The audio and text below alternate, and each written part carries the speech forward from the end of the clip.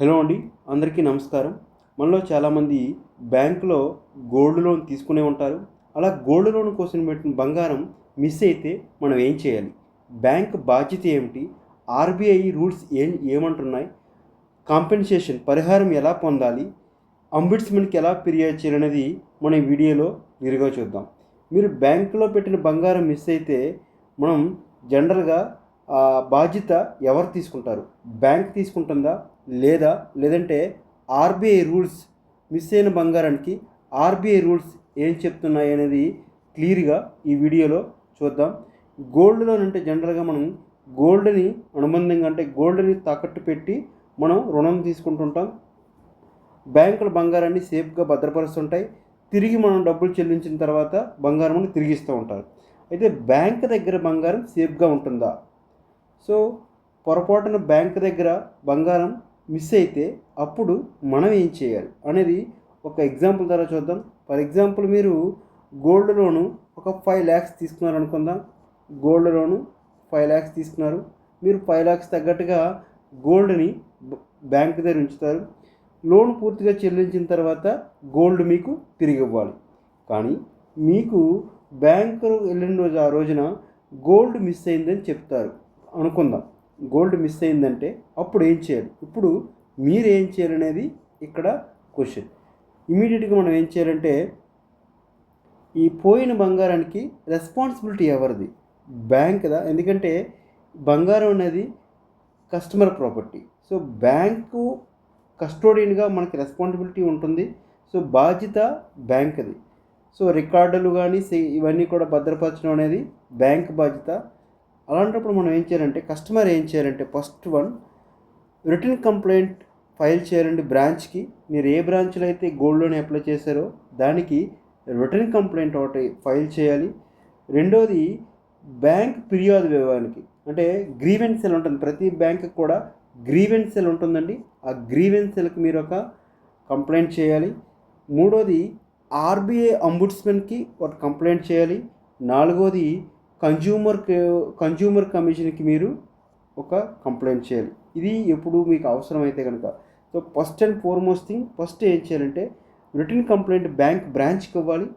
రెండోది గ్రీవెన్స్ సెల్కి ఫిర్యాదు చేయాలి. మూడోది ఆర్బీఐ అంబుడ్స్మన్కి.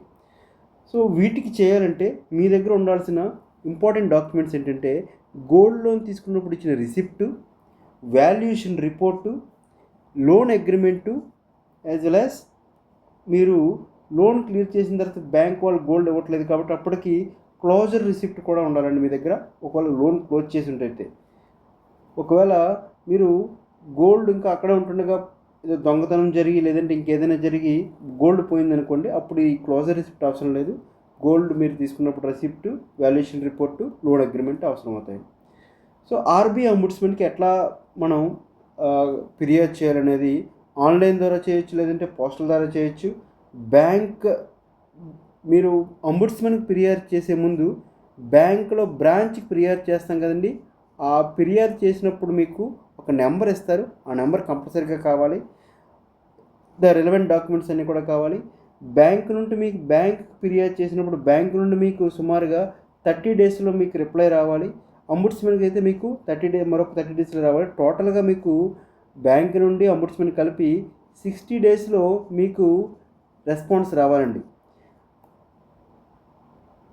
ఈ రెస్పాన్స్ అనేది ఎలాగిస్తారంటే, మీరు అప్లై చేసిన అప్లికేషన్ పరిశీలించిన తర్వాత వాళ్ళు నిర్ణయం తీసుకుంటుంటారు. అప్పుడు కంపెన్సేషన్ ఎంత ఇవ్వాలనేది depends upon the a kind of issue జరిగిందంటే, బ్యాంక్ థెఫ్ట్ జరిగిందా, బ్యాంక్ ఇర్రెస్పాన్సిబిలిటీ వల్ల గోల్డ్ పోయిందనే విషయం మీద వాళ్ళు డెసిషన్ తీసుకుంటారు.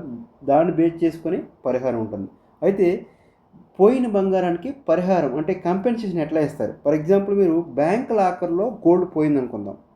బ్యాంక్ లాకర్లో గోల్డ్ పోతే మీకు యాన్యువల్ రెంట్ ఉంటుంది కదండి. యాన్యువల్ రెంట్ బేస్ చేసుకుని ఇస్తుంటారండి. జనరల్గా 100 times ఇస్తుంటారు. ఫర్ ఎగ్జాంపుల్, యాన్యువల్ రెంట్ 3000 అనుకోండి, మీకు 3 lakhs వరకు పరిహారం వస్తుందండి.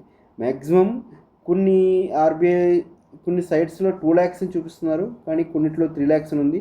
2 నుంచి 3 లక్షల వరకు రావచ్చండి. ఇది మీకు యాన్యువల్ ఫీజు అనేది లాకర్కి 3000 అయితే, అదే 2000 అయితే మీకు 2 lakhs వరకు వస్తూ ఉంటుందండి. అదే బ్యాంక్ తాలూకా రెస్పాన్సిబిలిటీ మీరు నిరూపించగలిగితే మీకు పూర్తిగా కూడా మీరు కంపెన్సేషన్ పొందొచ్చు. గోల్డ్ లోన్ తర్వాత గోల్డ్ ఇవ్వడంలో ఆలస్యం జరిగితే, గోల్డ్ లోన్ అంతా మీరు అమౌంట్ క్లియర్ చేస్తారు కానీ గోల్డ్ బ్యాంక్ ఇవ్వట్లేదు అన్నప్పుడు, అలాంటప్పుడు ప్రతి డేకి అంటే ఎవ్రీ డేకి మీకు 5,000 అనేది మీకు ఇస్తూ ఉంటారండి. కంపెన్సేషన్ జరిమానా రూపంలో మీకు బ్యాంక్ ఇస్తూ ఉంటుంది. సో మినిమం 7 daysలో మీకు క్లియర్ చేయాలి. అలా ఎన్ని రోజులు లేట్ అయినా కానీ లేట్ అయిన ప్రతి రోజుకి కూడా ఒక 5,000 రూపీస్ మీకు బ్యాంక్ వాళ్ళు ఇస్తూ ఉంటారు. కంపెన్సేషన్ పార్ట్ 2లో బ్యాంకులో పెట్టిన బంగారం పూర్తిగా మిస్ అయితే, కంప్లీట్గా పోయింది అనుకుందాం. సో బ్యాంకు సరసమైన పరిహారం చెల్లించాలి. అది ఎలా ఉంటుందంటే బంగారం విలువ బ్యాంక్ నిర్లక్ష్యంపై ఆధారపడి ఉంటుంది.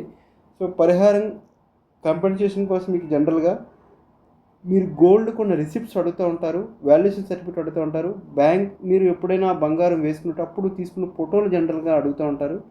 సో రిలవెంట్ లోన్ డాక్యుమెంట్స్ అడుగుతారు. కంపెన్సేషన్ పొందడానికి అంటే ఇన్ని జరిగిన కంపెన్సేషన్ పొందడానికి ఇంకా కొన్ని ఆప్షన్స్ ఉంటాయి. అవేంటంటే ఎఫ్ఐఆర్ మీరు ఫైల్ చేయొచ్చు, బ్యాంక్కి ఆల్రెడీ మీరు రిటర్న్ కంప్లైంట్ ఇచ్చి ఉండొచ్చు, బ్యాంక్ అంబుడ్స్మెంట్ ఫిర్యాదు చేయొచ్చు, కన్జ్యూమర్ కోర్టులో లాస్ట్ ఆప్షన్ ఇది కేసు వేయచ్చండి. ఇన్ని రకాలుగా మీరు ఎప్పుడు కంపెన్సేషన్ లేట్ అయినప్పుడు మీరు ఫైనల్గా కన్జ్యూమర్ కోర్టుకు వెళ్ళొచ్చండి. సో అందుకనే గోల్డ్ లోన్ తీసుకునే ముందు రిసిప్ట్స్ కానీ ఇవన్నీ కూడా మీరు loan agreement, receipts and closure receipts అన్నీ కూడా జాగ్రత్తగా పెట్టుకోవాలి. ఇలాంటి మరెన్నో ఇంపార్టెంట్ డేటా కోసం the Money Lab Telugu YouTube channel subscribe చేయాలని కోరుకుంటున్నాం. Thank you very much.